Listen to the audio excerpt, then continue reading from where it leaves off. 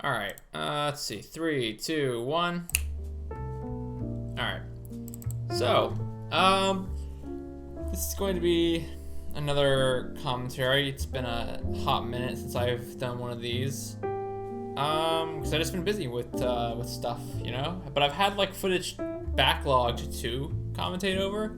It's just been a matter of figuring out what footage do I want to talk over, I guess. And today we're looking at, this is the outlining process, or the second outlining process, a piece I did for my senior exhibit class for spring 2020, which that class, much like a lot of my classes this semester, ended poorly because of the coronavirus, you know. So I didn't really get too far. I made 3 things, but this is the first one I did. I put like the most effort into this one, which I later realized was probably a mistake as far as like, you know, planning for time goes. But this was themed around Detective J, and the original goal for all the pieces for my senior project class, which the whole point was like you're just making art for the whole semester and you're gonna show it off in an exhibit at the very end, you know. And I was gonna do animation. I thought that'd be really fun to do, and I didn't know what to sort of base my pieces on. So I decided, well, hey, I have a lot of like little story ideas. What if I just make individual pieces that kind of like show like a short little scene or a summary of that basic idea, you know, just like a snippet, you know, just enough to kind of give the audience like a bit of an idea of like maybe what it's about. And so that was a pretty good idea starting off. So the first one I did was Detective J. Is it frozen or is it still going? No. I must be doing something. I must have left my computer or something. But hold on. I have music playing in the background. There's a fucking ad. Christ. This is gonna be a multi-take thing. All right, we're back. God, good lord. So yeah, the first piece was Fakery J. I was thinking of like focusing on maybe like cool shots for like camera movement, that sort of thing. So we have this like first shot of him like falling from the sky, and then the camera would like kind of pan down. I tried to do like a bit of a camera trick here where he falls right like onto the camera and his body covers the entire frame, and so then like while he's covering it, I can like, you know, I can just like move the camera, you know. It can be like an implied like the camera is now panned down, and so then when he backed up, you see his friends in his house there. So I tried to kind of like, instead of like actually animating like an entire camera pan motion, I was just trying to like hide it behind Detective J there.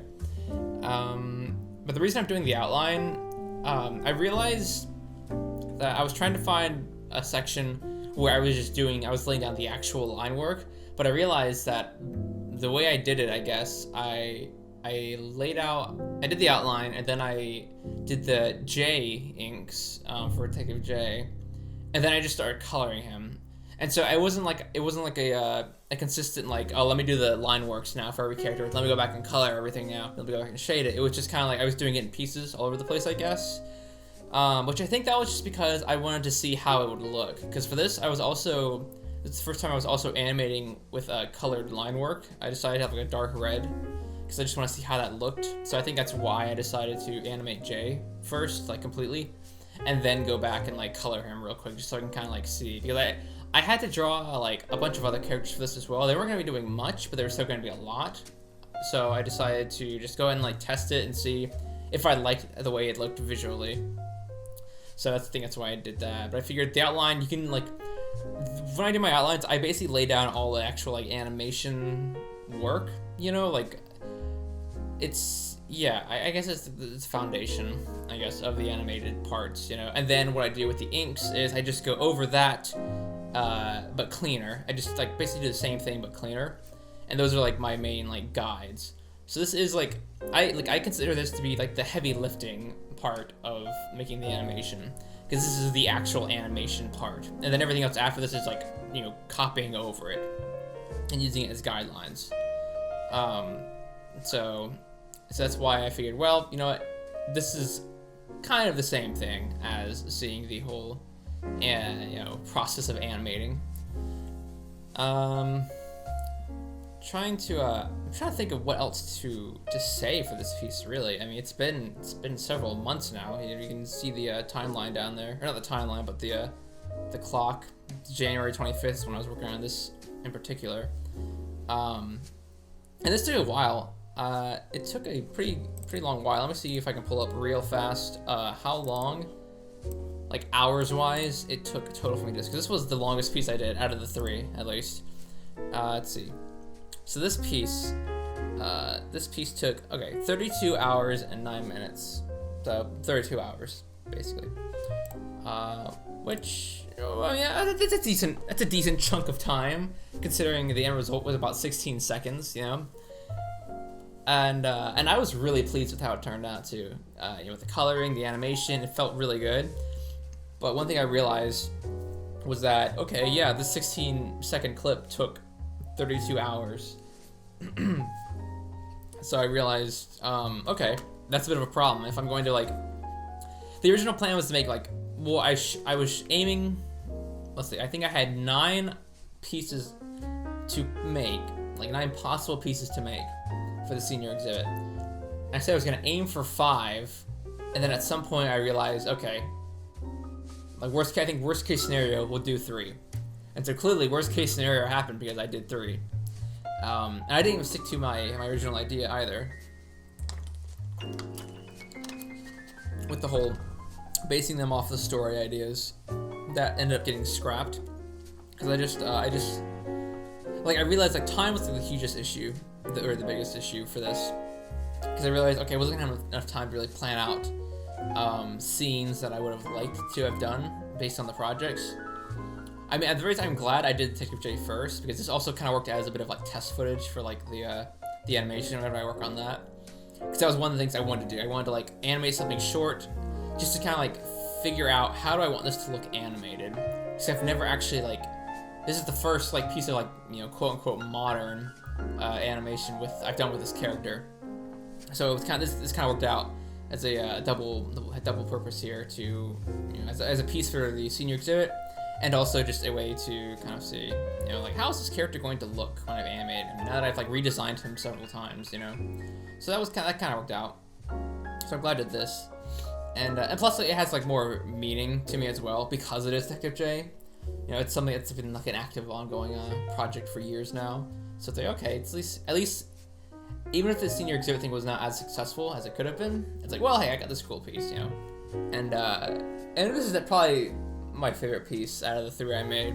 I really, it is unfortunate I only made 3, but man, I did not know what to do once I changed my plans, because like, again, this is 32 hours, and so I realized, okay, that was a lot of work. It was really fun, but if I'm going to like make like 5 pieces for this senior exhibit, I just spent like, you know, a month or so on this one piece, and I wanted to try and get them as many pieces as done as I could.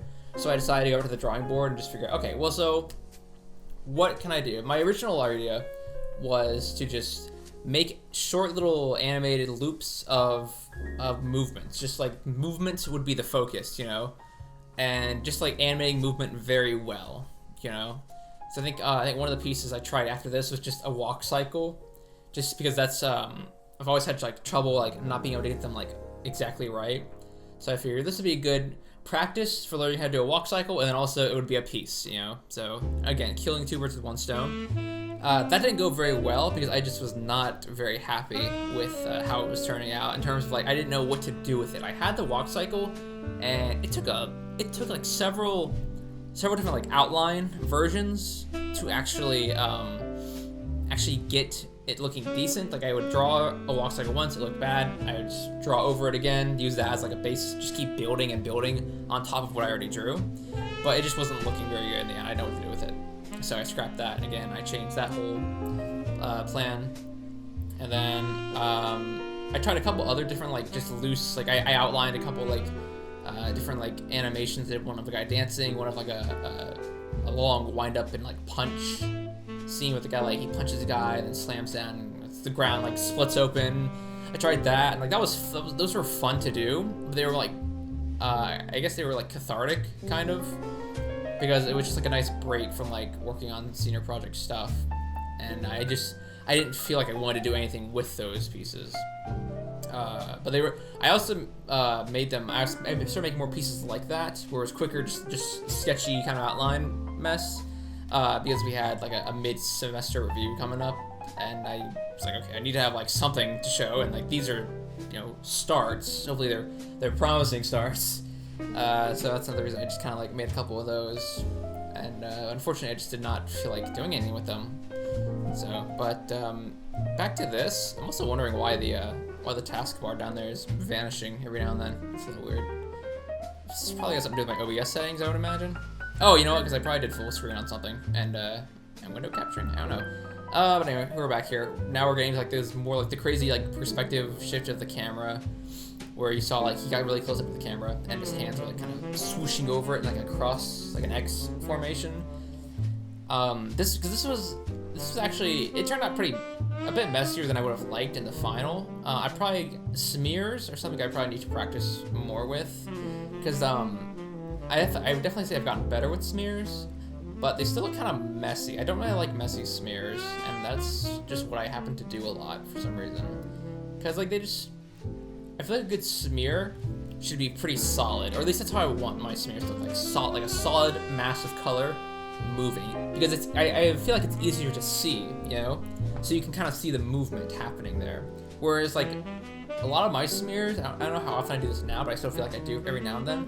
A lot of my smears are very sketchy looking, and they just don't look very well because there's like gaps in them, And I feel like if it's not one solid mass of color, then it kind of loses some of the impact. And I think so for this scene, like where his arms like are really close to the camera and they're like flying backwards, they get pretty messy looking, and I'm not a fan of that. So that's something I would like to kind of look at in the future. I was really happy with this movement though of Jay, where he lands back, kind of reels forward, and then snaps back and does this like little like this ta-da kind of pose. I was really pleased with that. Like the bounciness is something I really want to focus on for animations with this character in particular, like giving it a good like a bouncy feel to it. So I was pretty pleased with that. This was a really great like little exercise just to kind of see like, okay, how would this character look animated? Like what kind of feel do I want him to have? So I was happy I at least got this piece done. So this is now we're just outlining his little friends there, because I figured, again, this is gonna be like test footage. I might as well put his friends in there, why not? Which ended up taking a lot of extra time too, because I ended up having to kind of finalize everyone's designs, which again, that was nice. That was something I needed to do eventually, and this little project kind of gave me an excuse to do that. Because I realized, not in this is just the outline, I could just get away with drawing stick figures, but for the actual inking process, I started like drawing the beginning, and then I realized, oh, you know what?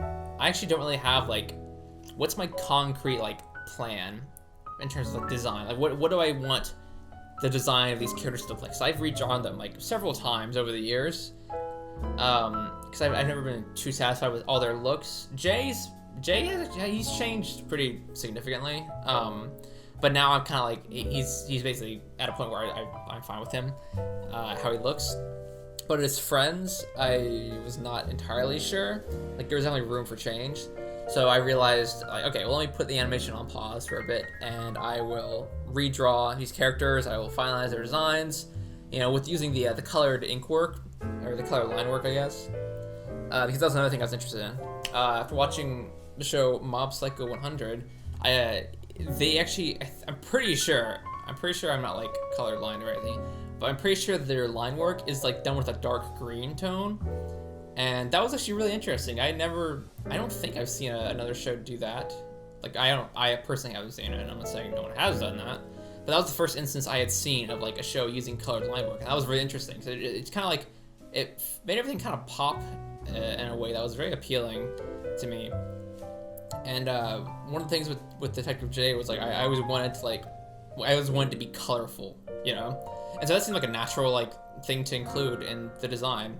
So so for the actual start of the inking, I started out in black, and then I only got like not very far, a couple frames in, then I realized, you know what, I'm curious how will like colored ink work go. I'll do dark red, you know, so it's kind of like fits up with Jay and his color scheme. I use dark red, but then I also need to see how these characters look. Like, how are they going to look for this? Like, this is basically going to be me finalizing their designs. So, you know, to kill two birds with one stone, I decided to just redraw their characters. And I was pretty happy with it. It was kind of fun. It's always fun to, like, do character design. And, of course, it's always fun to, like, go really into it with, like, detail and everything.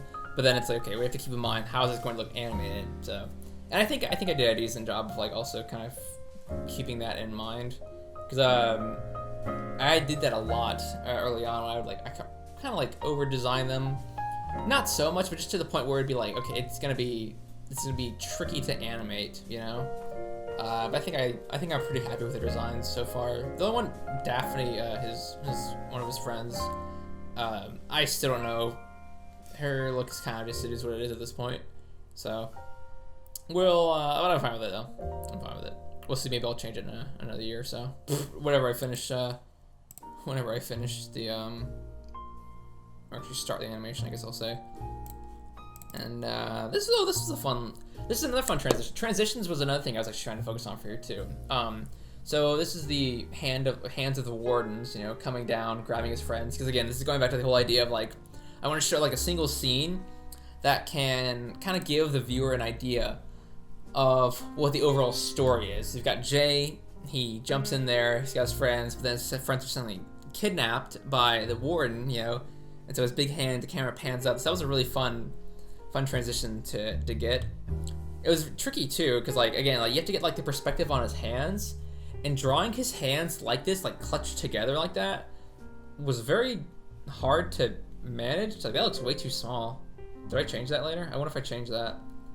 I guess it's an outline, so my mindset is probably like, I'll change it later, and this is just like the guides, because I feel like I do add on like a couple extra frames for the actual inking of it to make it a smoother transition. But I mean, I was mostly satisfied with how this shot turned out in the end. I liked it. I thought it was a pretty good little perspective trick there, and that's something I want to do more of, like just having these more interesting camera shots and pans, because I just think it's visually interesting. You know, that's all. That's really all it is. It's not really, at least right now, it's not really about like conveying, you know, an idea or a tone or theme or something through my camera work. It's just more about like, what looks like interesting. You know, what would keep your interest. You know, what's visually interesting.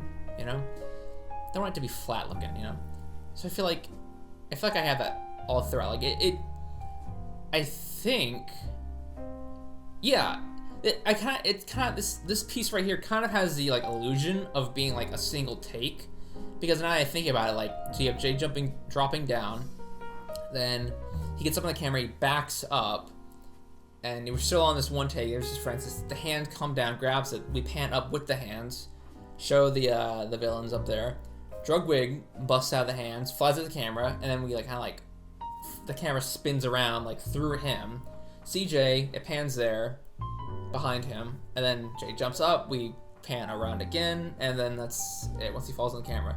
See, it kind of is like, it creates the illusion of a single camera movement. I just realized that, or not to just realize that, I made the damn thing, but like, you know, I'm just now like realizing it in hindsight, like, oh, that's right, I guess this does look like one take, huh? That's kind of cool. So because I mean, it's been a while, so I'm just now realizing that as I'm speaking of it. But like stuff like that, that's kind of cool. It's like it's the faux one take kind of thing, you know, where it's like I'm pretty sure like even in live action, like for one takes they would like do tricks like that as well, you know, where you've got like a spot in a scene to kind of match up, like, all right, here's where we could theoretically cut the take and then start it again, and it would be like very hard to actually for the audience to see like, oh, that was a split take basically. So I got lots of those in there. So, but doing a whole one take in animation would be very interesting to do as well. So maybe that'll be something I look into for the actual official Detective J animation. And those designs right there, I can't remember why I think I just drew those because like as opposed to drawing the Crazy Crew friends, like what they actually look like here, just because there was too many of them and it would take too long. But like with here, it's like I kind of wanted like this is more for the perspective, like getting like that feel for the perspective. So you got like the bottom of their hats, like the officer signs and the Caperu's hats, like visible, like the bottoms of their nose, that sort of thing. So I was more of a perspective guy for myself. But even so, this is before I finalized their design. So these are kind of based on the comic I've been working on for years. The yearly comic I had been working on. That's where those designs came from. And I'm trying to think. Yeah. Okay. Yeah. The Warden's design kind of went back and forth. He used to be much more round. Like he was like an oval basically, and now I changed him to be square. I'm not entirely sure why. I think he went from being oval to having a circle shaped head, and now he's squared. But I think that's actually lots of my characters now have more square heads. This is how I draw my heads. If you look at any like well, I guess if I upload any of the recent like speed animating videos I've made, and then if you look at those, you'll see that like the way I draw my heads is like it's like a rounded square kind of shape. I don't know why I gravitated towards that. I'm not sure why.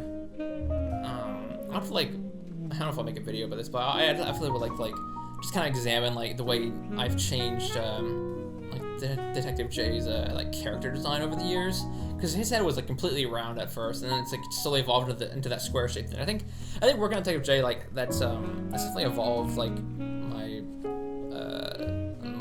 artistic abilities, if that's the phrase I want to use there.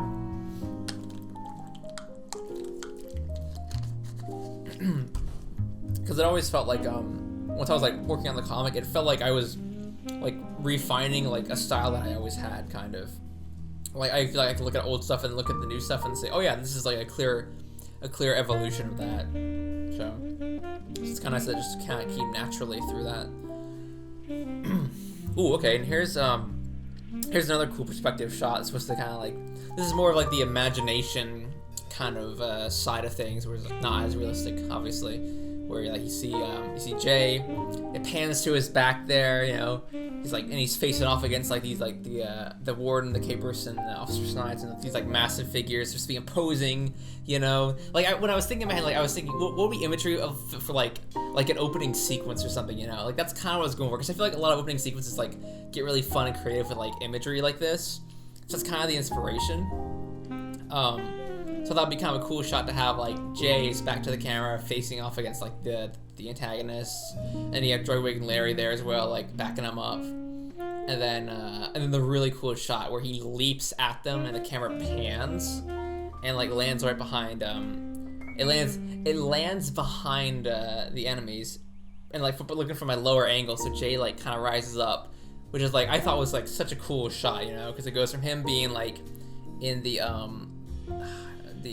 having the disadvantage, I guess, pans, now he's like got the high ground, which is always important, and your conflicts there have that dynamic change. But I thought that was a really cool shot. And then another thing I was trying to do with these pieces was have them all loop like indefinitely, like you wouldn't be able to see where one playthrough or one play ended. One playthrough of it ended and the other began necessarily. Because I was thinking in my head like, okay, this is going for an exhibit. I don't want people to like walk in and see this and feel like they're missing something. And they're like, oh, I have to wait for the beginning now.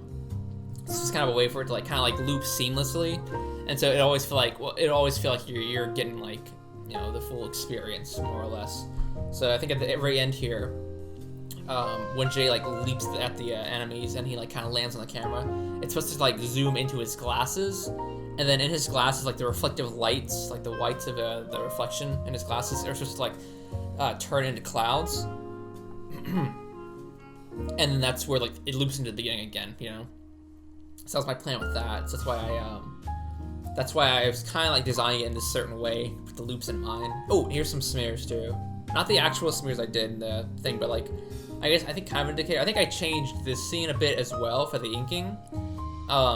Like maybe I added like a couple extra frames or something, but I think I did for this one. I think I did like smoother smears. I think where it's like I'm trying to finish. It's not as sketchy looking, I guess. Like draw a line, it curves. It's like a hook. Think of like a hook, and like how it goes from the pointy tip to like expanding out. This is like the worst way to describe the smear, but it just looks like clean. Maybe we'll, there we kind of right there a little bit. See where his head was like kind of like, it looks like a Hershey's Kiss, kind of like the points like kind of like being dragged back, something like that, where it's like not as like sketchy looking, I guess, or jagged, I guess. Maybe that'd be the better term for it, I'm not sure. But I tried doing that here as well, just kind of like, because it looked better. And I think the smears I did really good smears at the very end, where he jumps up in the air and he like starts spinning, and like Drugwig and Larry kind of blur into like his form as well. That was a really good looking smear. I don't know if it's gonna be in this video though, because again, I changed a decent amount of like the actual like animation for the actual inking process, because I was realizing, oh, some things aren't working out, some things are just, you know, they need to be tweaked a little bit.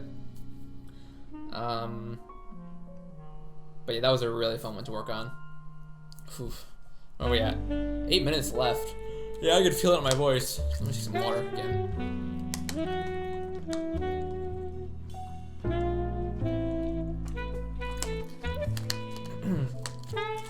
This behind the back pose for Jay was also kind of like weird to get right.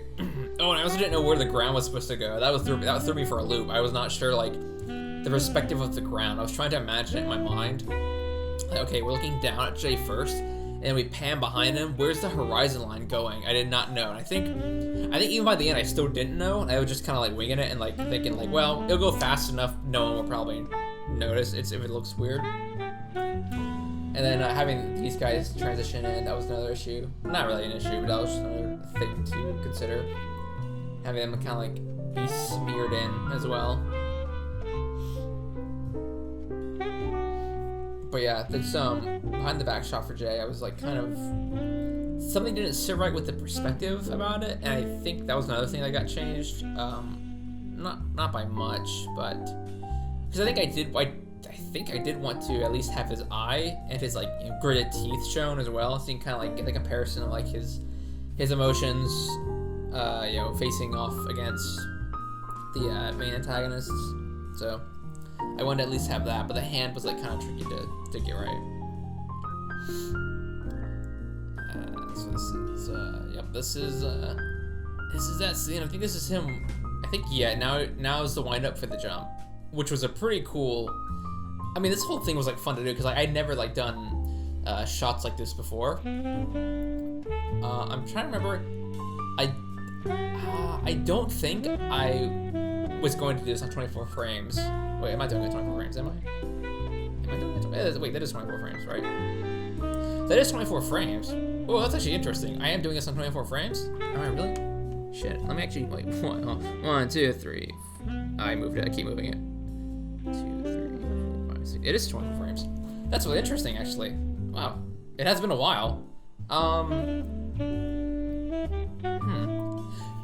was gonna say I didn't do this on 24 frames because I was thinking like keeping it in line with like Detective J is gonna be more cartoony, and so I wouldn't need to animate on 24 frames. I could get 5 and 12, you know, because I'm gonna be doing smears and that sort of like little animation, like little tricks like that. I wouldn't need 24 frames. But now that I just noticed I am doing this on 24 frames, that's very interesting. Not to say it turned out worse because of it. I guess I would have to look at like what parts are being animated 24s and which ones am I skipping for 12s. Because you can very see like right there at the beginning, 38, 39, 40, 41. Those are all like skips. That's on animated on 12s. So I think what I've been doing now, actually, this is kind of reminding me. I think usually what I've been doing, I've been opening up projects as 24 frames per second, but I've just been like animating on 12s on every other, or on 2s. I think that's the actual term for it, animating on 2s. You skip every other frame. Just because like sometimes it's just nice to have the ability to switch back to 24 frames for like a certain motion if I really need to. And that's probably what I'll end up doing for the actual like Detective J animation whenever I make that. That'll probably just be a open it on 24 and then go to 12s if I need to. Because there are definitely times that, yeah, I'm jumping back and forth between it for this animation in particular.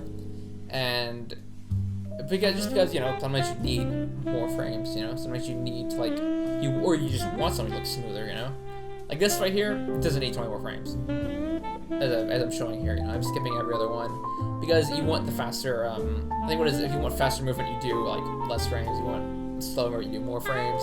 And so for this, this is like basic, like straight up just simple, you know, blurry motion kind of animation where it's going so fast you can't register like the frames, so you might as well just use like 12s or 2s.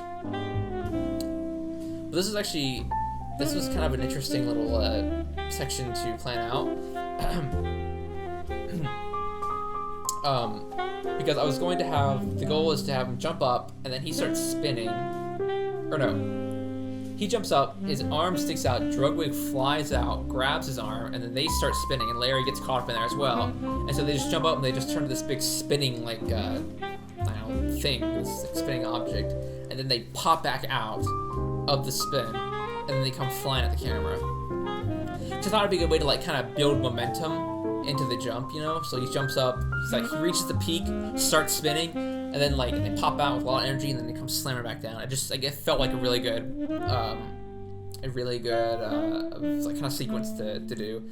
I'm not sure if it's in this outline. It might not be, but there's only 3 minutes left, so maybe it's not. But I did actually try one alternate version of this where because the way I animated it, like lots of it was kind of fast and loose. And so however it looked was just how it looked. There wasn't like a whole lot of planning in the actual like specific movement of their spin. But the way I did the spin like kind of seemed to like give the idea that they were like kind of turning slightly off to the, I think, or they're just turning sideways, I think. So I thought of like one take where they finished the spin, but instead of just popping out and like hanging there for a second, Jay would like come flying out of the spin, like he would curve around and then like come at the camera from like the side. I don't know if I can just describe that any better, but it was just different from this, where it's like they come out of the spin, they just drop it, and that's it. It's gonna like spin a bit more and then like come flying out from the side. But I didn't really like how that looked. It was kind of cool, but I don't remember why I didn't want to do it. I just didn't like it. Kind of like, it looked nice, but something about it just wasn't like clicking for this particular section or piece. So I decided to just go for the more direct. I think it's because it would have looked a bit weirder, maybe. Like the perspective would have been off, I guess. Like it's like this is nice. It's like direct head on. He's coming right at them, you know. Whereas the other one was just kind of coming at the side. Oof. But yeah, man, the smear on this in the final looked pretty sick. Cause I tried it for like the first time. I tried like breaking up his body with different smears. So like I would give his glasses like their own kind of smear, and his hat would have its own smear. And I'd never really tried that before, so I think that helped to make it look a lot smoother, I think.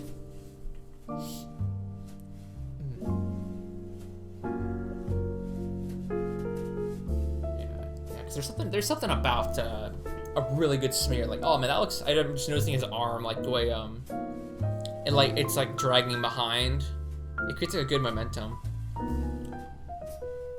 I'd look into like seeing if I can find the like I guess like I could look into like the inking process for this and like try and like just grab only the parts where I'm inking. But it'd probably take too long. I don't know if it'd be worth the effort, and I also don't know what else I could say about it, because I feel like already I've really maximized my commentary on this piece in particular. Man, this was such a cool piece. Not to toot my own horn or anything, but this was like a lot. This was pretty fun to work on, honestly. I was pretty glad how it turned out. I'm just looking at these camera pans, like the movements like this. This is like fun to do.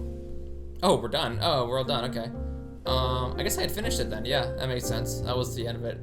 It was kind of hard to catch that towards the end there. Okay. Well, yeah. So that was the outline. That was the second outline. I did like most of the animation there for that Detective J piece. It was a pretty fun thing to work on. I would do commentary for the other 2 pieces I made, but I don't know if I actually have all the footage. I think for the second one, I tried recording live commentary, but it was way too depressing because I just did not know what I was doing at the time in terms of like what I wanted to do for the new project.